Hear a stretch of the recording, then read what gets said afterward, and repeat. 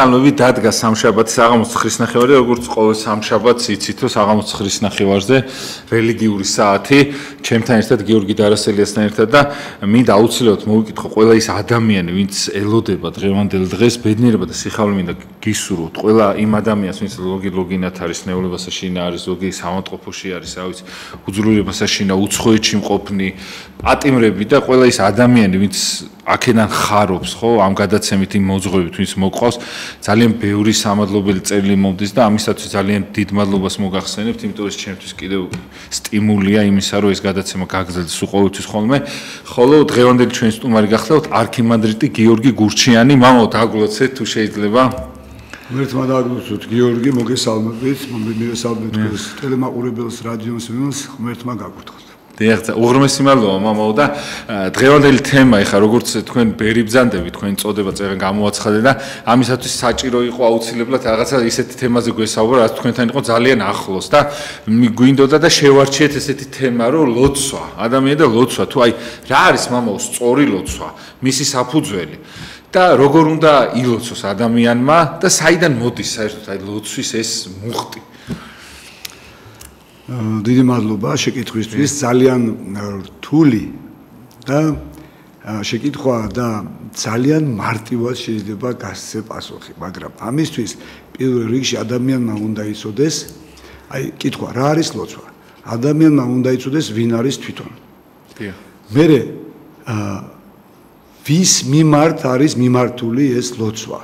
ანუ უნდა იცოდეს ვის მიმართ. მაშინ თუ ადამიანი არის მორწმუნე, მისი ლოცვა უნდა იყოს მიმართული ღვთისადმი და აქ იწყება უკვე მთელი ამ ლოცვის შინაარსობრივი, ხარისხობრივი და ასე შემდეგ მნიშვნელობა.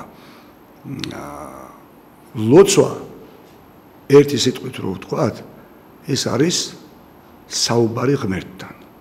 ეს არის მეორე სიტყვით ვთქვათ, კავშირი ღმერთთან. მესამე ვთქვათ კიდევ აი ურთიერთობა ღმერთთან.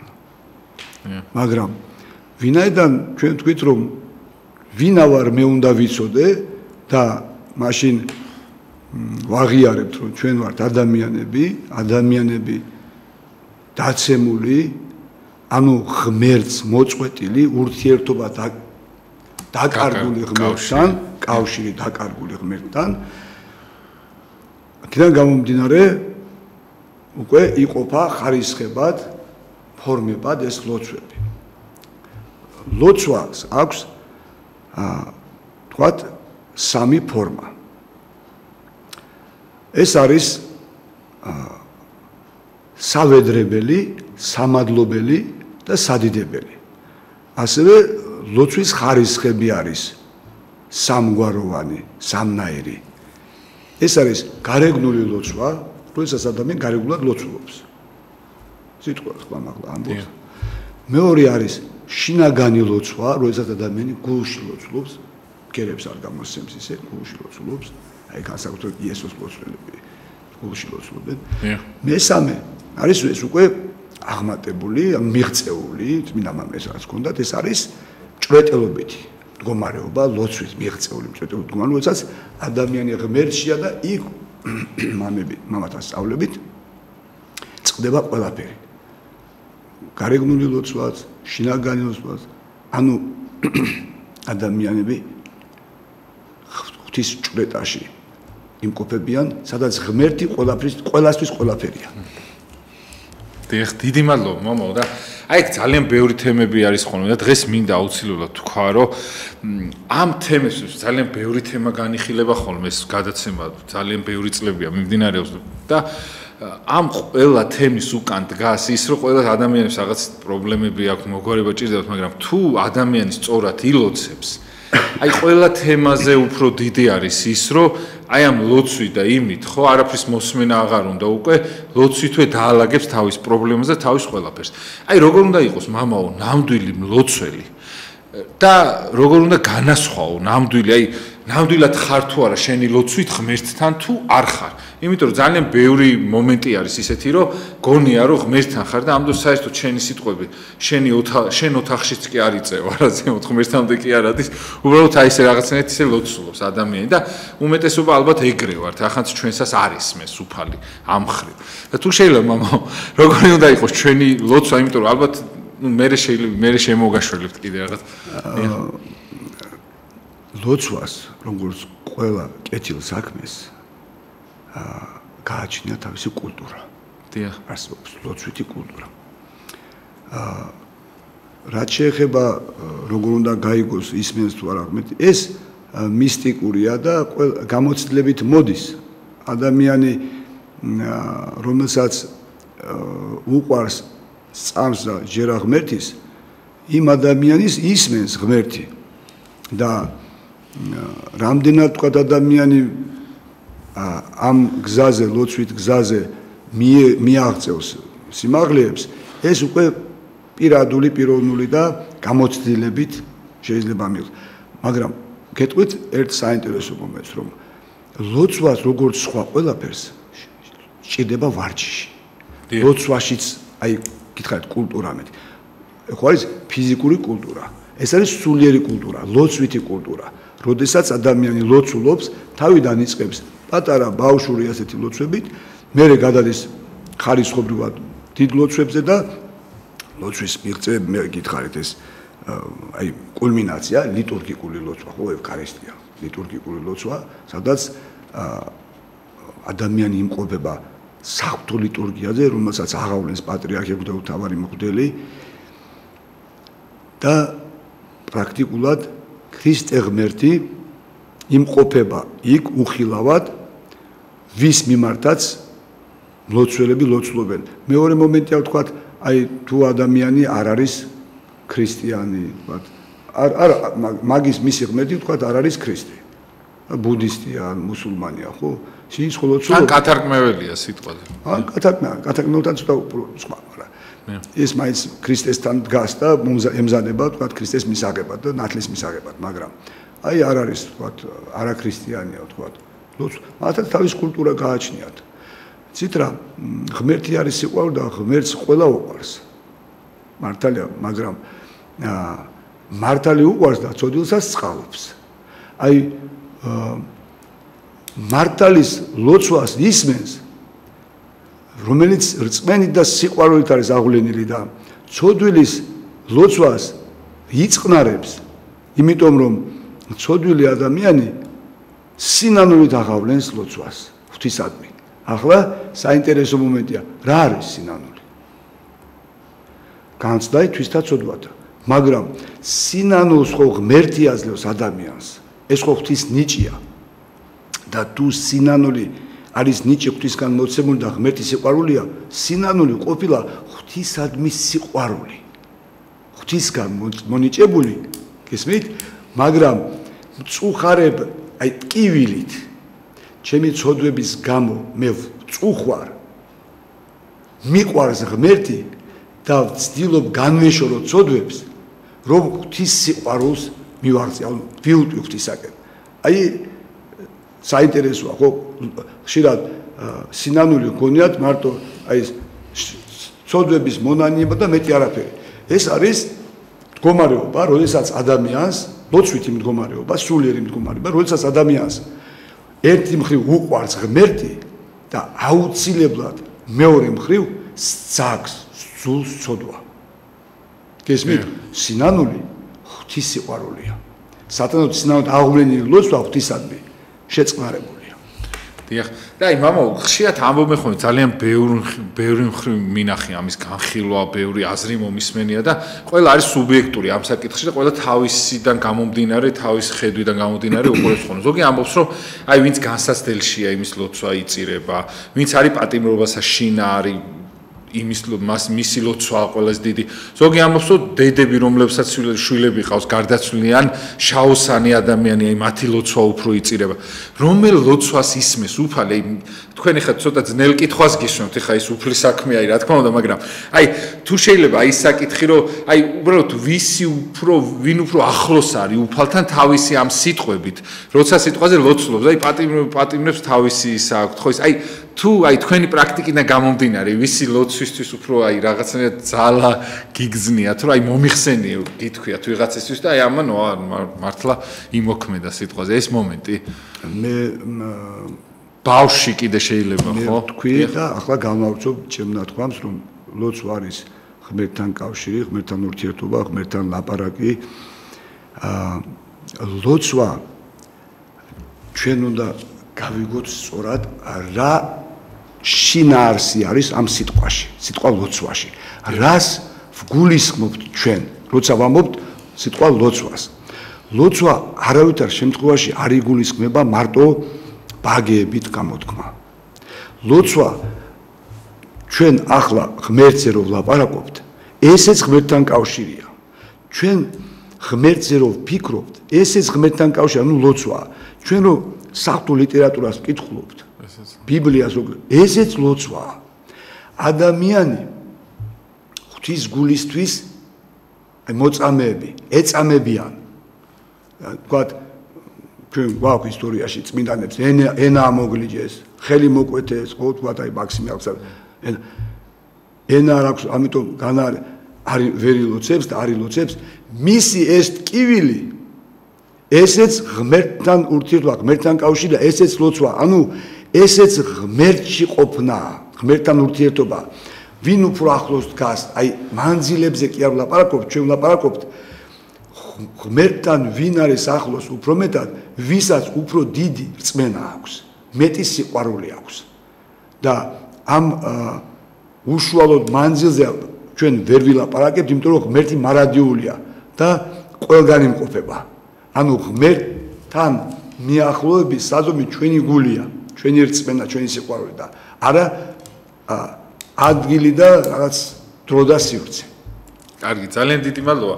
მას შემდეგ კითხვაზე გადავალ ესეზე, რომ მამო, თუ არის ის მომენტი, რომ მე მაგალითად ვანიჭებ ხოლმე იმას უპირატესობას, რომ ეხლა ლოცვის რაოდენობაში არ ვხედავ რაღაცა სიძლიერს, უფრო ხარისხში ვხედავ და მირჩევნია, რომ ერთი უფალო შემიწყალენ თქვა უფრო გულით, ვიდრე სიტყვაზე 5 დაუჯდომელი წავიკითხო, ისე უგულოთ და აი რაღაცა ისე ძალიან ცუდ მდგომარეობაში სიტყვაზე და აი ეს მომენტი რამდენად მოქმედებს, იმიტომ რომ ბევრი ადამიანი მამო არის ისე, რომ აი რაოდენობა, აი ძალიან ცუდად არის, შეიძლება ნასვამია, შეიძლება რაღაცა, მაგრამ დგას და რაღაცა კითხულობს 3 საათიან ლოცვებს, რომელიც საერთოდ არ იცი სად დგას. ხო? და ზოგიერთი ადამიანი არის აი ვერც იმაშვება და ერთი შეიძლება ერთი სიტყვერი ლოცვითაც შეიძლება იმაზე მეტიქნას. აი ეს მომენტი რა არის? იმიტომ რომ ეკლესიებში ხშირად მამაო შეინიშნება ხოლმე ადამიანები, რომლებიც უფრო მეტ ყურადღებას იპყრობენ ვიდრე წირვა, ლოცვა და ვიდრე სხვა ადამიანები. იმიტომ რომ ღმერთზე მეტ ყურადღებას არ უნდა იპყრობდე. ხო, ეკლესიაში ხა შეხვალ და ვიღაცა მუხლებზე ხელაპყრობილი დგას და ყველა ამას უყურებს. ანუ წირვაზე არ დგან, ხალხი ყველა ამას უფრო მეტ ყურადღებას უთმობს და ამას გონიო სადღაც დაფრინავს და ის და ამ დროს ეს ბოროტისაგან არის, ხო? და ტყუდება, ხო, ადამიანი ფაქტიურად და რაღაც ხიბლში იმყოფება, რაღაც ფაროში და აი როგორ უნდა იმასქნას, მამო, აი ეს როგორ უნდა დაარეგულიროს ადამიანი, იმიტომ ძალიან ადვილი არის აი ამით გადავარდე ხიბლში, შენი აი ლოცვები და მე მოგიხსენიებ და ეს რო იციან ხოლმე. ძალიან ამეტანი ის და თუ შეიძლება მამო, უნდა მიაქციოს თუ არა ადამიანმა თავის ლოცვას ყურადღება, რომ აუ მე ისევ ლოცულობ, რომ აი ეხლა ავაშენე ხო, გიორგი. გავიგე. ესე იგი, როდესაც ჩვენ ვლაპარაკობთ ლოცვაზე და საერთო სულიერ საკითხებში, ჩვენ ყოველთვის წყაროთ გვაქვს წმინდა წერილი.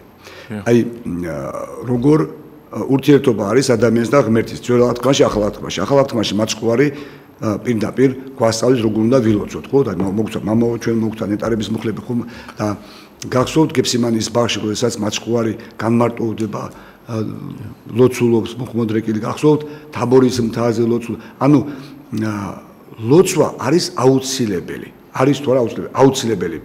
აუცილებელი პირობა ღმერთთან ურთიერთობის. ლოცვა როგორი უნდა იყოს თქვა ლოცვა, ხანგრძლივი თუ მოკლე. ბიბლიაში არის ესეთი მომენტი. ვაი თქვენ ფარისეულებო, მაცხოვარიობნება, გიყვართო დიდხანს მდგომა ლოცვაზე და ხალხის მოსაჩვენებლად. გესმით? ეს ფარისეული ლოცვაა და ფარისეულის მდგომარეობა არ არის კარგი მდგომარეობა, ღვთისთვის მოსაწონი მდგომარეობა, ღვთისთვის სათნო მდგომარეობა არ არის. დგას მეზვერი უკან და თვალებსაც არ აღელს ზევით, არ აღაპრობს ზევით.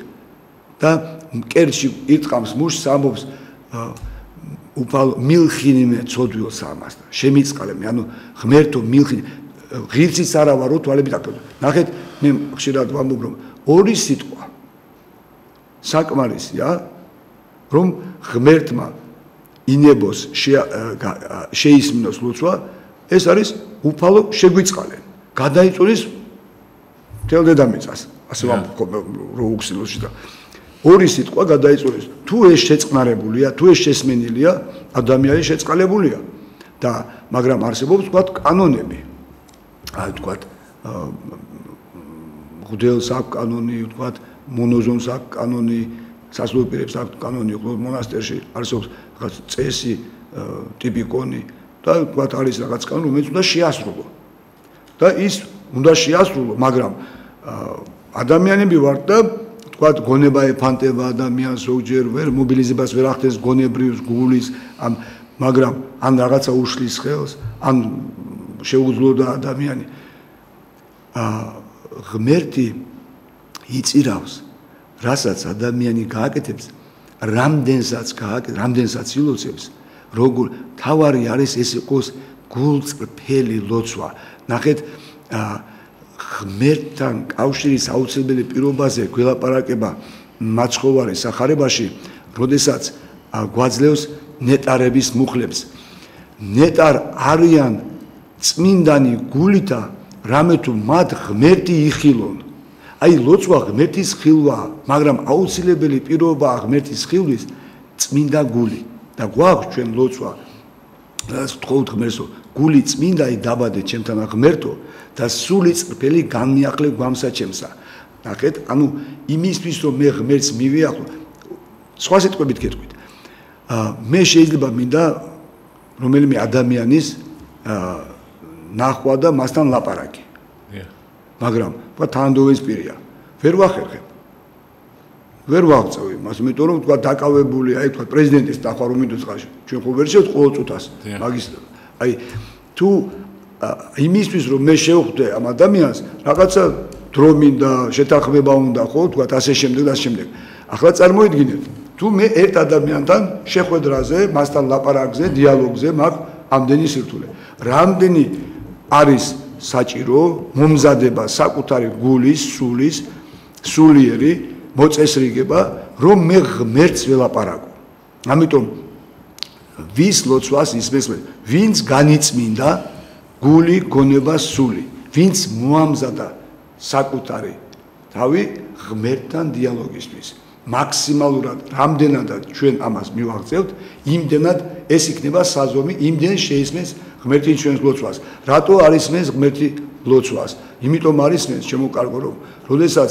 ადამიანი ცოდვისთვის ითხოვს მას არ მიეცემება მამები გვასწავლიან რომ ითხოვთ და არისით რისთვის ითხოვთ ანუ აქ უკვე გონიერება არის საჭირო ჩვენ უნდა ვიცოდეთ რა ვითხოვთ ღვთისაგან და როგორ ვითხოვთ აი მაგალითად ავად არის ადამიანი და მოდის მოძღვარი მასთან და ეუბნება აი პატერიკებში არის ასეთ მომენტი რა ჯობია შენი სულის ცხონებისთვის ვთხოვოთ ღმერთ შენი განკურნება თუ შენი ავანტყუობის დათმენა მოთმენის ნიჭის მონიჭება შენთვის იცით რატო ვინც დაითმინა ის ცხონდა გესმით რა საუბარია და იქვე ამატებს ვინც ბოლომდე დაითმინა შეიძლება ადამიანი განიკურნოს და მერე მოწყდეს ღმერთს მაგრამ შეიძლება იმ ტკივილი და ცოდვის შედეგია ყველა ავადება ხო ზოგადად რა ვთქვა ამიტომ მოთმინებას თხოვეო მოძღვარს ეუბნება ადამიანი ჩემთვის იმიტომ რომ მოთმინებით მე ცხონდებიო ანუ როგორ წამს როგორ კარგად და მტკიცედ წამს ღმერთი მე აქ მინდა გითხრათ რომ პატარა მაგალითი მოგიყვანოთ ახლა ლოცვა ეხება ყველას ყველა ადამიანს პატარა ბავშვსაც ხო როგორი კარგი მაგალითი ახლა დაიბეჭდა მე გამომიგზავნეს ეს დღიური ბავშვის პატარა 7 წლის გიორგის დღიური რომელიც დაავადებულია კიბოთი და ელაპარაკება ანგელოზს ელაპარაკება დღიურში ანუ წერს როგორი წმინდა სუფთა სპეტაკი გული აქვს ბავშვს და როგორი სუფთა წმინდა დიალოგი აქვს ანგელოსთან ამ სიტყვებით ეუბნება როდესაც ამთავრებს მის წერილს აი რამოდენიმე წერილია და კოცნიო შენ ფუმფულა ფრთებში აი ბავშვი ასე აღიქვამს თქვა ანგელოს და შენ ეს ბავშვი სამწუხაროდ გარდაიცვლება მე შემდგომ და მაგრამ ბოლოს წერს ასე რომ შენ ხო ღმერთის ნათესავი ხარო და მე ვიცი რომ შენ ღმერთს ეტყვი რომ მე მიყვარს ღმერთი და ძალიან მინდა ჩავეხუტო ღმერთს აი ასე ამთავრებს როგორი გულწრფელი როგორი აი ასეთი უნდა იყოს მორწმუნე ადამიანი ბევრი მაგალითი არის სახარებაში და წმინდა პატერიკებში როგორ უნდა მიაღწიოს ადამიანმა აი ღმერთთან სწორ ურთიერთობას. დიახ, ძალიან დიდი მადლობა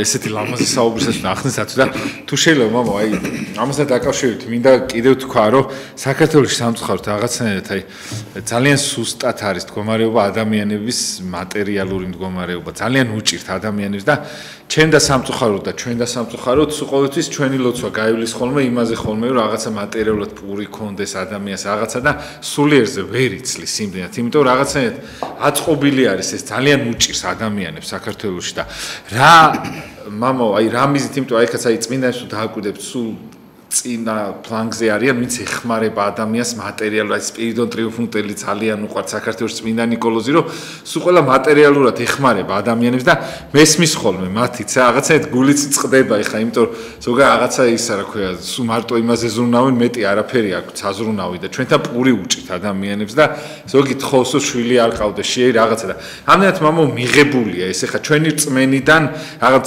წმენის სიმცირიდან გამომდინარეა რა თქმა უნდა ეხა თუ ღმერთთან ხარ ეხა ამას აღარს თხოვ და მოვა თავისით მაგრამ რაღაცნაირად მაინც თხოვ ხოლმე რომ აი რაღაცა ზოგი აი შეიძლება შესამოსესაც თხოვ ზოგი რომ აი სიტყვაზე ისმინდა და რაღაცა და აი რამდენად მიღებულია მამო იმიტომ რომ ფაქტია რომ უფალი უშვებს ამას მამაო და თან კიდე ეხა უფალთან საუბარი და რაღაც ესეთი აი ჭყალებში გაძიშოვება რომ აი რაღაცებს თხოვ მატერიალურს რაღაცა ცოტა ისეთი არის მაგრამ არის და ჭარბობს და ძალიან ბევრზე ვიცი მამაო რომ აი სიტყვაზე თხოვე ხოლმე ჩემს პირდაპირ უთქვიათ რომ ფული მჭირდებოდა და თხოვე ღმერთს და დამეხმარა აი ეს მომენტი და აი რამდენად შეიძლება მამაო და თუ შეიძლება აი თან მეღიმება და თან რაღაცნაირად სევდიანად მეღიმება ამ საკითხთან დაკავშირებით იმიტომ რომ ალბათ ყველასთვის ნაცნობი არის ეს მომენტი იმიტომ რომ ძალიან ბევრ ადამიანს უჭირს ამ ხრივ და შია და ჩემო გიორგი ეს ბუნებრივია ამაში ცუდი არაფერი არ არის რომ ადამიანს რაღაცა სჭირდება ფული იქნება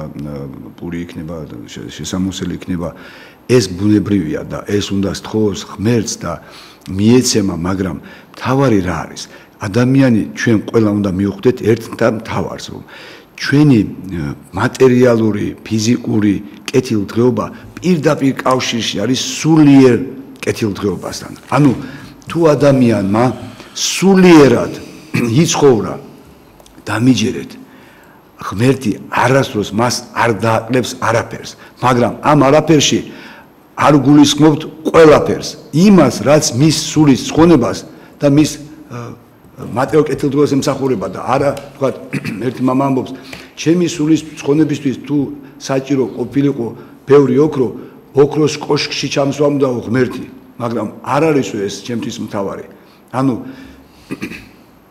ჩვენ უნდა თავიდან დავიწყეთ რით უნდა ვიცოდეთ ჩვენ ვინა ვართ ადამიანს აქვს ორი საწყისი სულიერი და ხორციელი ხო ფიზიკური და სულიერი ამიტომ ჩვენ უნდა მივაღწიოთ სულიერ სწორ მდგომარეობას სწორ ცხოვრებას სულიერ ცხოვრებას სულიერებას უნდა მივაღწიოთ თქვენ იცით რომ ადამი და ევა დაცემამდე ასეთი კი არ იყვნენ ჩვენ რო ვართ ახლა დაწევამდე სულ სხვანაირები იყვნენ. დაწემის შედეგადაა ჩვენ რო მივიღეთ ეს მემკვიდრეობას დაცემული ბუნება და მდგომარეობა, მაგრამ მაცხოვარმა რო განკურნა ადამიანის ბუნება, ჩვენ ყველას გვაქვს უკვე იმისი საშუალება, ყველას მოგცა, რომ ინდივიდუალურად ჩვენ ყველამ მივიღოთ ეს განკურნება და მივაღწიოთ განკურნებულ მდგომარეობას. იმიტომ რომ ადრე არ იყო განკურნებადი და მაცხოვარმა განკურნა ადამიანის ბუნება. აი იმ ვირუსისაგან, იმ მომაკვდინებელი ვირუსისაგან განკურნა და ჩვენ შეგვიძლია და ზუსტად ლოცვით ეს მიიღწევა და მე გითხარით რომ არის ლიტურგიული ევქარისტიური ლოცვა, ლიტურგიული ლოცვა, როდესაც ადამიანი უკვე ეკლესიაში, ეკლესიის წევრია და აღმსარებელია და ქრისტეს ღმერთის ხორცს და სისხლს ეზიარება. ეს არის კულმინაცია, აი უშუალოდ ღმერთის ხორცს და სისხლს ვეზიარებით და სული წმინდის მადლით შემოდის ჩვენში და ჩვენ განგვაღვთობს. ამიტომ თუ ჩვენ გვინდა რომ კეთილდღეობაში ვიყოთ მატერიალურად, ფიზიკურად ვიყოთ ჯანმრთელები, ფსიქიკურად და მორალურად და შემდეგ სულიერი ჩვენი მდგომარეობა უნდა მოვაწესრიგოთ და მერე მოგვეცემა ყველაფერი. ანუ აუცილებელი პირობა ჩვენი კეთილდღეობის და ჩვენი ერის არის სულიერი კეთილდღეობა. პირველად სულიერი, მერე არის მატერიალური. ნე ძალიან დიდი მადლობა და მამაო, რამდენად შეიძლება ეხლა რაღაც ლოცვასთან დაკავშირებით არის თუ კარ შემოუტრიალებ და მინდა რომ ყველა საკითხი შევეხო, რომ იმიტომ ბევრი ადამიანი უყურებს და ამოვწურო ყველას კითხვები და ძალიან ბევრი ადამიანი ისე ფიზიკურად ზოგს ახლად შთააგონეს რომ მე რა მოხდა შენ და ღმერთს შორის ურთიერთობა, შენ არც მოძღვარი არ გინდა, არც არაფერი, მე რა მოხდა თუ გინდა შესამოსილი შარვალი გეცვას, თუ გინდა თავსაფარი არ ქონდეს ღმერთი რა ისე არ მიგიღებს და ასე შემდეგ. და ბევრი კითხვა ჩდება ამასთან დაკავშირებით, მამაო და აი რომელია სწორი ფორმა რო ღვთის წინაშე ადამიანი ღირსეულად წარდგეს, მამაო და ღირსეულად იდგეს, იმიტომ რომ ძალიან ბევრს ეშლება და აი მაგალითად ძალიან დიდ მანძილს გაივლიან და ჩავლენ შორტებით სიტყვაზე სადღაც აი აქედან რაღაცა 200 კილომეტრში. ამიტომ შეიძლება რაღაც მოგზალებულად ჩაიცვა, ხო? როცა შეიძლება საღამოს უფროსთან შეხვიდე და იქ მოგზალებული დახვდე და იქ ღმერთს მიდიხარ და შეიძლება შორტები, ღმერთთან რომ მიდიხარ, შორტებით შეხვიდე, ხო? ეკლესიაში ან ასე შემდეგ. აი ამდენად მამაო, საჭიროა თუ ეხა რაღაც აუცილებლობა არ არის და უცბად არ მოხდი, რომ კულტურულად და ნორმალურად, იმიტომ რომ ამ ბოლო ხანებში შეიმჩნევა, რომ აი აღსარებაზე იმას შორტებით მოსულა ადამიანი და მე მინახავს ამას წინათაც ვნახე. და ამდენად არის მამაო, მისაღები ეს თუ არის შეცდომა არის თუ არ არის შეცდომა, იმიტომ რომ ცოტა ისეთი არის, რა ვიცი. ვიცით რა, არსებობს, მე გითხარით, არსებობს კულტურა, ფორმა, ხო, ლოცვის და ლოცვის ეკლესიაში, ლოცვის, სახლში ლოცვის, რატო ჩვენ გვიყვარს ღმერთი გვწამს და მოკრძალებით ვართ ღვთის წინაშე. არსებობს ფორმა, თქვათ, აი, დედაკაცმა თავი უნდა დაიბუროს, ამას გვასწავლის ჩვენ წმინდა წერილი, ჩვენ ხო არ ვიგონებთ. ეს არის მოცემული ღვთისაგან, ანუ მამაკაც ქუდი არ უნდა ეხუროს ეკლესიაში, დედაკაც პირიქით თავი დაბურული უნდა ქონდეს მანდილით.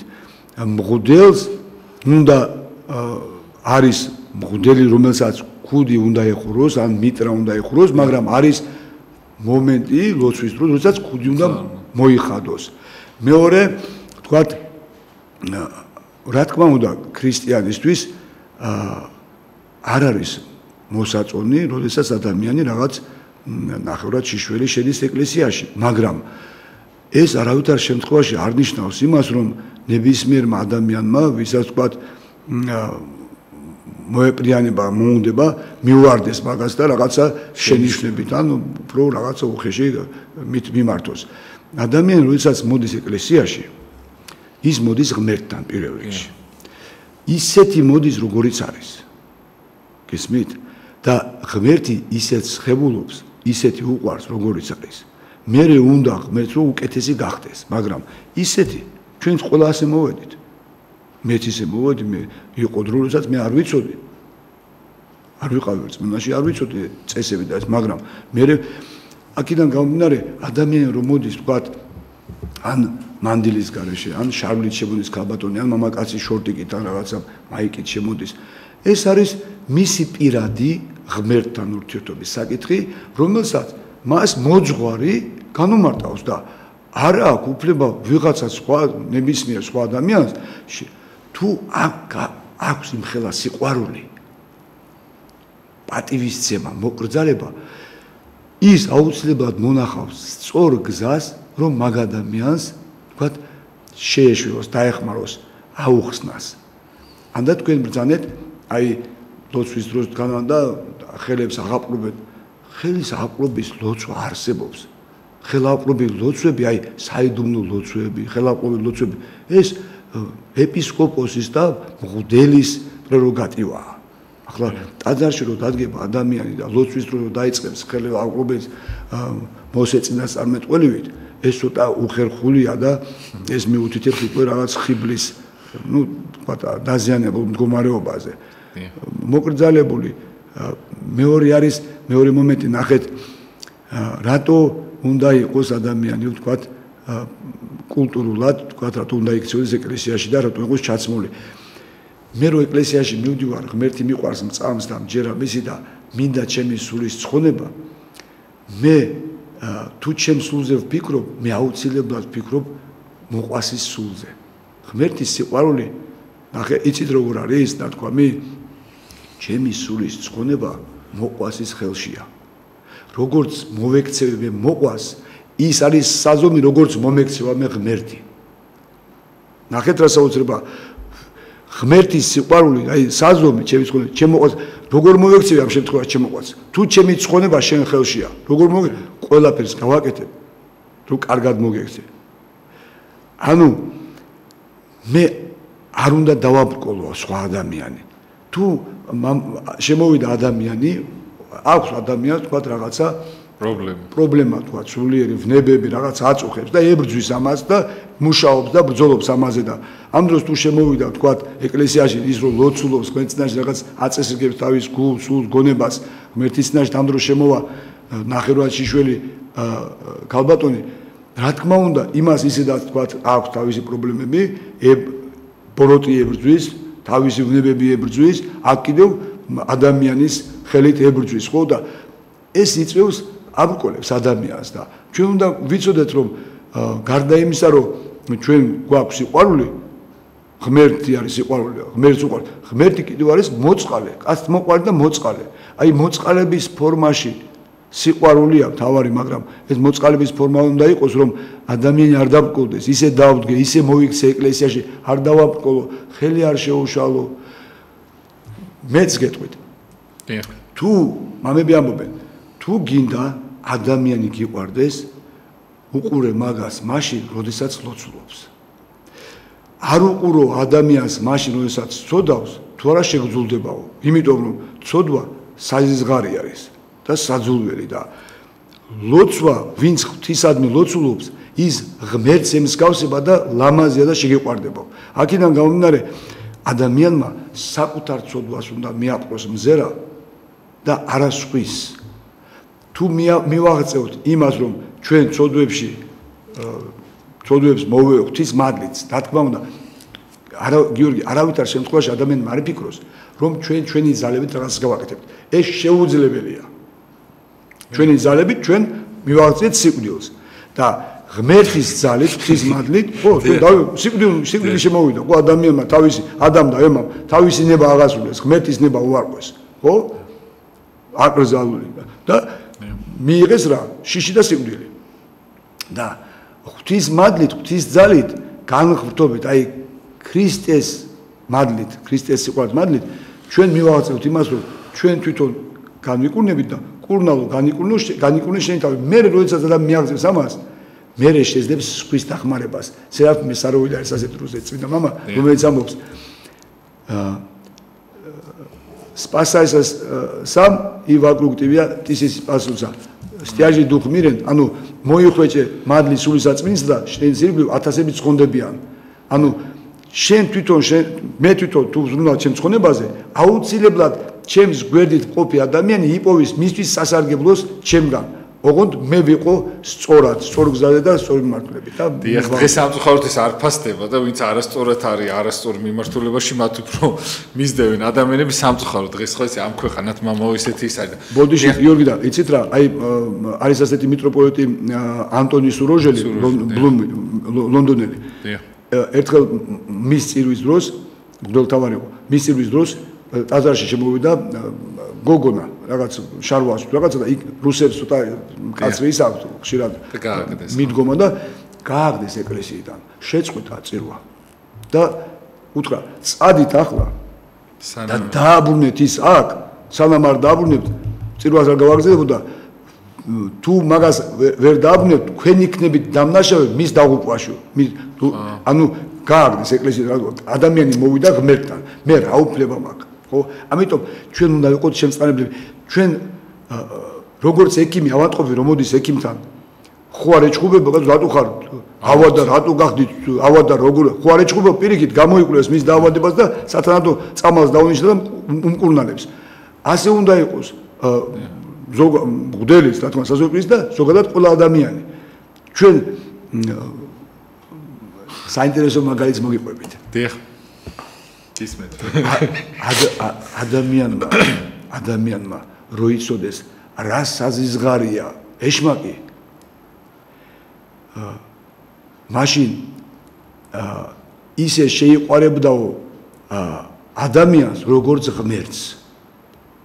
გესმით, ანუ ჩვენ ვერ ვხედავთ ადამიანში ხატებას და მსგავსებას და ამიტომ გვავიწყდება რომ ადამიანი ხატება და მსგავსება ღვთისა და გვირგვინია ქვილება და ღვთისათა და იმდენად საყვარელი ადამიანი ნახეთ რომ თვით ღმერთმა ინება ადამიანი განკაცება ადამიანის ბუნების მიღება და განკაცდა ყოვლა წმინდა დედაღვთის მშობელში გესმით რა საოცრება რა დიდია ადამიანი ღმერთი როგორი საყვარელია და როდესაც ადამიანს უყვარს ღმერთი მას უყვარს ადამიანი ეს ამაზე იოანე მოციქული გვასწავლის და ძალიან კარგია ეპისტოლებში წაიკითხოს ვისაც ლებავს და ძალიან კარგად გვამხელს ვისაც არ უყვარს ღმერთი შეუძლებელია ვისაც არ უყვარს ადამიანი შეუძლებელია უყვარდეს ღმერთი დიახ ძალიან დიდი მადლობა მომაო და აი რამდენად ამ საკითხს დაუბრუნდები რომ რამდენად უნდა ამჩნევდე შენი ლოცვისას თუ მართლა მლოცველი ხარ შენს გარშემო ქაოსს არეულობას ან ასე შემდეგ იმიტომ რომ ძალიან ხშირად ხდება ხოლმე ვიღაცა კითხულობს უცად გამოგხედავს და რასაკეთებთ ან ნუმიშლით ხეს ან რაღაცა ესეთი ან რაღაცა ის მომენტები არის ხოლმე ხშირად და ამდენად მამაო ეს არის მართებული როცა ლოცულობ იმიტომ რომ მე ვიცი რომ წმინდა მამებისაგან ვიცი რომ აი ესე რომ მოძრაობენ ვიღაცები შეიძლება ვერც დაინახო თუ ნახდათ ლოცულობ და ნახდათ ღმერთთან ხარ ეს ერთი და ხელს ვერ შეგიშლის ვერავინ იმიტომ რომ შენი ხელშემშლელი ვერავინ ვერ არის იმიტომ რომ იქ ხართ მარტო შენ და ღმერთი ეს ვიცი ეს მომენტი და კიდე რა ვიცი იცით მამაო რომ თუ ხელი არ შეგიშალესო შენი ლოცვა ესე იგი მართალიო ვერ არისო იმიტომ რომ სულ აუცილებლად ბოროტისაგან მოდის ის მომენტები რომ გახსენებს რაღაცას იქ რაღაცა და სულ რომ მოგწყვიტოს ლოცვას და ღმერთთან ურთიერთობას და აი ეს ამდენად სწორია მამაო რომ სიტყვაზე შუა ლოცვაში ბევრი მლოცველი ვიცი ესე ძალიან გრძელი ფსკვნილებით რო დადიან ხოლმე ესე ხელზე 500-იანი აქვს შემოხეული მაგრამ უცბად ისე ჩენიშნას მოგცემენ რომ საერთოდ ღმერთთან კავშირში არ არიან ხოლმე თუნდაც შუა ლოცვის დროსაც ხო გამოგხედავენ და ისე ჩენიშნას მოგცემენ და ისეთი სიტყვა ამოდით ხოლმე ხანდახან რომ ფიქრობ რომ ეს თუ ლოცვაში იყო აი ესეთი სიტყვა უცბად როგორ მოუვიდა აზრად თუ ის ან ბავშვმა შეიძლება შეუშავოს ხელი და თავში ჩაარტყას ან გააგდოს ან რაღაცა ესეთი და უხეში ის აქვთ ხოლმე მომენტები და აი ეს რას დავაბრალოთ მამაო ლოცვაში ვართ ამ დროს ჩვენც მე შეიძლება მივცე ვიღაცა შენიშნა თუმცა არ მახასიათებს სულ მემაძლევენ ხოლმე შენიშნას იმიტომ რომ ეს ლაპარაკობ ხოლმე და ხშირად ხალხი ხდება რა ეკლესიაში და ველაპარაკები ხოლმე ესაუბრები და ხშირად მე ვიღებ ხოლმე პირიქით შენიშნებს ხოლმე მაგრამ აი ეს მომენტი მამაო როგორ უნდა გავითავისოთ ეხლა თან იმის განკითხვაც არ გინდა მაგრამ აი რა მომენტში ხარ ამ დროს რა როცა სხვისი არსებობა გიშლის შენ ხელს სხვისი არსებობა არ უნდა გიშლიდეს ჩვენ ხელს დიახ თქვენ ლაპარაკობთ რომ მე გითხარით არსებობს ლოცვის კულტურა ლოცვის დროს ჩვენ ვიმყოფებით ან კელიაში ოთახში ან საზოგადო ლოცვა არის თქვათ ეკლესიაში ხო ეკლესიაში როდესაც ვლოცულობთ ისე უნდა ვილოცოთ რომ ღმერთს ესმოდეს ჩვენი ლოცვა და ისე კი არ რომ მოყვას უშლიდეს ჩვენი ლოცვა.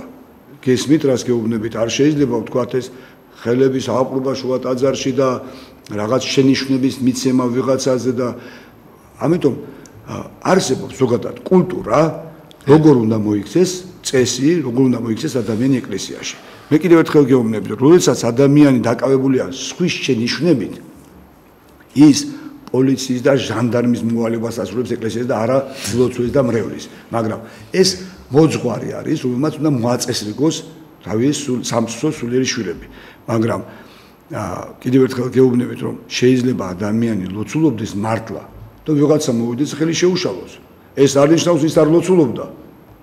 მაგრამ შეიძლება შემთხვევით რაღაცა მოხდეს, თქვათ, აი სანთის დანთება უნდა და თქვათ რაღაცა გვერდში რო გაუარა შეიძლება შეეხო და მაგრამ ესეც არ ნიშნავს თუ ის მართლა ლოცულობს შემთხვევით მოხდა თუ სპეციალად ვიღაცა უშლის ხელს ამას განასხვავებს და საერთოდ სულიერება სულ სხვა რაღაცას მოითხოვს სულიერება მოითხოვს სიყვარულს მოწყალებას და მოთმენას ურთიერთ სიმძიმე იტვირთეთ და ესრეთ აღასრულეთ ჯულიგი ქრისტესი შეიძლება ადამიანს ვთქვათ მოვიდა ეკლესიაში გაციუდა და ახველებს და მე მინდა მოვისმინო ლოცვა და ის ახველებს და მე ვერ ვისმენ ლოცვას და იმის თუ სულიერი ვარ რას ვაკეთებ ღმერთო განკურნე ეს ადამიანი და თუ მე სულიერი რა ვარ ვეთქვით აზიში და ისა საავადმყოფოში იმკურნა და მე მოდი ეს ეკლესია საავადმყოფოა სულიერი საავადმყოფო და ეს არ არის სულიერება. მეორე ვთქვათ, თუ ჩემი ხველება მართლა ისეთია, რომ მღვდელს უშლის წირვალში ჩატარებას და ხალხს მაშინ მართლა უნდა წავიდე, ჩემით უნდა მივხვდე, მაგრამ ეს არ ნიშნავს, რომ ვიღაცა უნდა მომკიდეს. კულტურა არსებობს, გამიგეთ. ხო, ადამიანები ვართ, გონიერი ადამიანები, ჩვენ უნდა მივხვდეთ, როდის ვართ სწორად ვიქცევით, როდის არ ვიქცევით სწორად. როდის ვარ მართალი, როდის არ ვარ მართალი და ყველაზე კარგი არის ეს, როდესაც სინდისი მართალია. რომ ადამიანმა იცის რომ სად მართალია თუ მართალი ხარ რატო უნდა გაიმართლო თავი მართალი ხარ და თუ დამნაშავე ხარ მით უმეტეს რატო უნდა იმართლო თავი დამნაშავე ხარ გესმით ანუ მართალი ადამიანი არასდროს არ იმართლებს თავს არა აქვს გასამართლებელი თავი ამიტომ თუ მე მართლა ვლოცულობ და მე ვიღაცის არსებობა თქვენ როგორც ბრძანეთ ხელს მიშლის მე მართლა არ ლოცულობ. მე არ მიშლის. პირიქით. რაც მეტი ადამიანი ლოცულობს, მით მეტია ჩემთვისაც დახმარება ლოცვაში. ეს მადლი იგრძნობა. შეიძლება ნახეთ, უკავს მოძღვრები ჩვენ ყველას. აი ჩვენი უსაყვარლესი პატრიარქი. ახლა წარმოგიდგენიათ, პატრიარქთა რო ვიდგე მუხლებზე ის მირჩევნია და მას უსმენდე, ვიდრე მე თქვა, იმდენად მისი ლოცვა უკეთესად მოქმედე ჩემზეც. გესმით?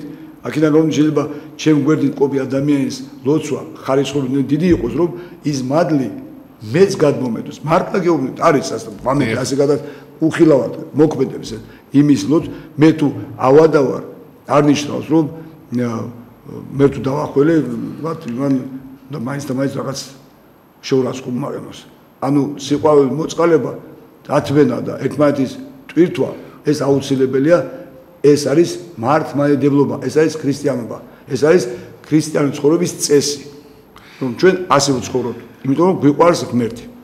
დიახ და შეიძლება მამაო, ხო, აი ლოცვისას ვიღაცა ხელს გიშლიდეს და აი ამ ხელის შეშლის ატანა უფრო მეტი დიდი ლოცვა იყოს და მეტი უფრო მადლიერება, ვიდრე სხვა დანარჩენი, ხო? ვიდრე აი რაღაცა იმით იმასქნა, ხო? ანუ აი რო გიშლის ვიღაცა და ამას რო ითმენ, მაინც ამ ხელა მადლი არის, ხო? მე ვფიქრობ, რომ ხო, მაგრამ დათმენა უნდა იყოს რწმენით და სიყვარულით. არა, შეიძლება და ხმა არ მოიღოს, მაგრამ გულში განიკითხავდეს. დიახ. გამიგეთ? ამიტომ ჩვენ ვლაპარაკობთ სულიერებაზე. ჩვენ არ ვლაპარაკობთ გარეგნულ ფარისეულ მდგომარეობაზე. გამიგეთ? ამიტომ სულიერი ადამიანი, ვინც ხელს უშლის და არ უშლის შეგნებულად ხდება ხო რაღაცა ფეხბურთს ხარ ეთამაშებს ადამიანი გვერდით როდესაც ლოცვაა ხო წირვა რაღაცას ან დაახველებს ან რაღაცას იტყვის ლაპარაკობს მაგალითად სულიერი ადამიანი ლოცულობს მაგისთვისაც და მამები ამბობენ ასე, აი თქვათ, ვინც ლოცვის ან წირვის ჩატარებას, აი მღვდელს მაგალითად, თუ ხელს უშლის, ის ეშმაკისგან არის. ეს უკვე სხვა ხარისხი. ვინც ეწინააღმდეგება ამ საფრთხილით, ანუ ახლა ერისკაცი შუა ტაძარში წირვას ყური ჩაატარებს, ის მონაწილეა, მრევლი მონაწილეა წირვის. ანუ ისიც მონაწილეობს ამ ლოცვაში და ხელის შეშლა ბოროტისგანაა. ანუ ეს არ უნდა იყოს შეგნებულად, მაგრამ თუ რაღაცა ხდება, ეს მეორე მხრიდანაც არ უნდა იყოს ეს რაღაცა ამის გაღიზება, გაფრაზება. დიახ, დიდი მადლობა, მამო, სამწუხაროდ 4 წუთი დარჩა, ისე გავგვექცა დრო და უნდა კითხოთ კიდე ეს ძალიან ლოცვა, დიდი თემა, ამაზე შეგვიძლია ვლაპარაკოთ ძალიან ბევრი. ძალიან ხშირად ხდება ხოლმე, მამო, ბავშვებს აძალებენ ლოცვას, მეუღლეს აძალებენ ლოცვას და ასე შემდეგ, ხო? და არის რა ის რომ ძალით დააყენებენ ის და აძულებენ. თითქმის ღმერთს თავისი ამ მომენტები თუ აუ შენ ადექი ზოგი მეუღლე აიყვას რაღაც ქალი დილას პახმელიაზეა კაცი ძლივს არ წამოდი ხა ილოცე დილის როცა წეკითხათ. ან ქმარი პირიქით შეიძლება ცოლს შვილებს აძალებს ხოლმე და ეს მომენტი ხშირად არის ხა საქართველოში და მით უმეტეს ოჯახში ხა ყოველს უნდა ერთობა და რაღაც ისე და არ გამოდის სამწუხარო და აი ეს როგორი მომენტია და თუ შეიწიროო მამო და თუ შეიძლება იმიტომ რომ ზოგი დგას და აკითხებს ხა რაღაც ფსალმუნებს დილას კაცშია შეიძლება რაღაცა და ნუ თუ არის მოსული იმიტომ რომ დგას და სხვა რაღაცაზე ფიქრობს და აკითხებენ რაღაც დილის ლოცვებს რაღაცა კი კარგი არის რა თქმა უნდა მაგრამ ყველაფერს ხო თავისი დრო აქვს და რამდენად არის მამო მიღებული ის რომ ბავშვს ან ვიღაცა ძალით აძალებ მამო მე გითხარ თვითონ დაარსებულ კულტურა არსებობს პედაგოგიკა დიახ სწავლა დაძალება არ შეიძლება ყოველგვარი დაძალება არის ცოდვა რო იცოდეთ დიახ მეორე მომენტია თუ ბავშვს რაღაცა მართლა ეზარება ან რაღაცას თავს იკატუნებს შეიძლება ასწავლო მაგრამ ყველაზე კარგი მასწავლებელი არის პირადი მაგალითი დადექი და მისთვისაც ილოცე დამიჯერეთ ხშირად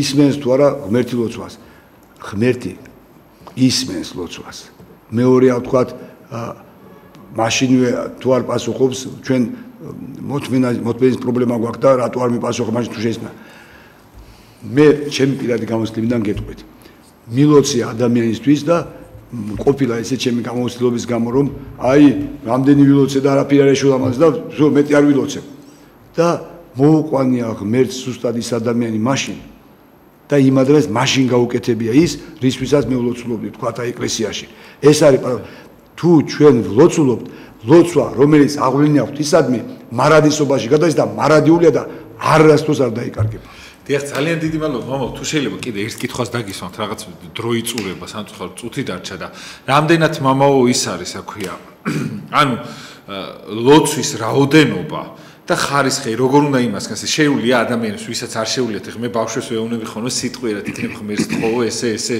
აი თუ შეუულია რომ თავისი შედგენილი ლოცვა რაღაცა უფალს ელაპარაკოს თავის ადამიანს აუცილებელია გიორგი ყველა ადამიანი თავისი ენით ელაპარაკება ღმერთს არსებობს კონკრეტული ლოცვები თქვა საზოგადო რომელიც წეს განგება რომელიც თქვა მამებმა შეადგინეს ეკლესიამ შეადგინა ეს მაგრამ ყველა ადამიანი ინდივიდუალურად ელაპარაკება ღმერთს და ეს აუცილებელია და კარგია და რა თქმა უნდა ღმერთი ისმენს ამას აუცილებელია აი დამიჯერეთ დიახ ძალიან დიდი მადლობა მომო და რა ვიცი სამწუხაროა რომ დრო ამოიწურა ესე და ბევრი თან კითხვებიც მომივიდა ძალიან ბევრი ამოუწურავი თემა არის ამას შეიძლება 2-3 საათი უღრმეს მადლობას მოგახსენეთ მობრძანებისათვის სიმართლე გითხრათ აი ძალიან მიხაროდა და ვიცოდი რომ ესეთი ლამაზი ეთერი გამოვიდოდა და მადლობა გზიხდით კიდე თუ გვეწევით ხშირად ძალიან გაგვახარებთ მე ვეცდები და მე დავამატებ ლოცვას. ლოცვა ისეთი სიყვარულია, როგორც პატარა ბავშვი დედის მიმართ.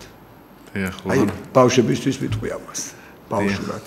უღრმესი მადლობა, მამაო და მადლობა ღმერთს და მადლობა თქვენ მოწვევისათვის. უღრმესი მადლობა და ყოველთვის ხოლმე ხშირად ხდება ხოლმე ლოცვაზე საერთოდ ადამიანს გაჭირვებას მიყავს ადამიანი ლოცვამდე რა ხშირად ხდება ხოლმე და აი გაჭირვებას არ მივეყვანე და სულ ყოველთვის ისე ყოფილიყავით რომ გაჭირვებაც რო არ არის და ხინიც მაინც გველოცოს და მე დავამატებდი რომ ოღონდ ღმერთთან მიგვიყვანოს და გინ გაჭირება იყოს ეს და გინ გახინება ოღონდ ღმერთთან მეყვოთ დიახ ძალიან დიდი მადლობა უბრალოდ საქართველოს საბოლოო ჯამში ეს დამთავრდება მაინც ხინით სიხარულით დიახ დიდი მადლობა მამო უბრალოდ ძალიან გზნობიარი ხალხი ცხოვრობს აქ მამაო და ტკივად ხოლმე მე ისანამ მივლენ ძალიან აი ისა რა ქვია დრო თავდება და ბავშვის მაგალითი იმიტომ მოვყევი დიახ უღრმესი მადლობა მამო მამო ძალიან დიდი ჩემი სტუმარი გახდათ არქიმანდრიტი მამა გიორგი საცახურობთ მამა თუ შეიძლება თქვათ რომ აი ბოდიში და ბოლო წამები არის მე მსახურობ თბილისში მონასტრის ზღვარი ვარ კოდორის ხეობის მთავარანგელოზი გაბრიელის სახელობის მამათა მონასტერი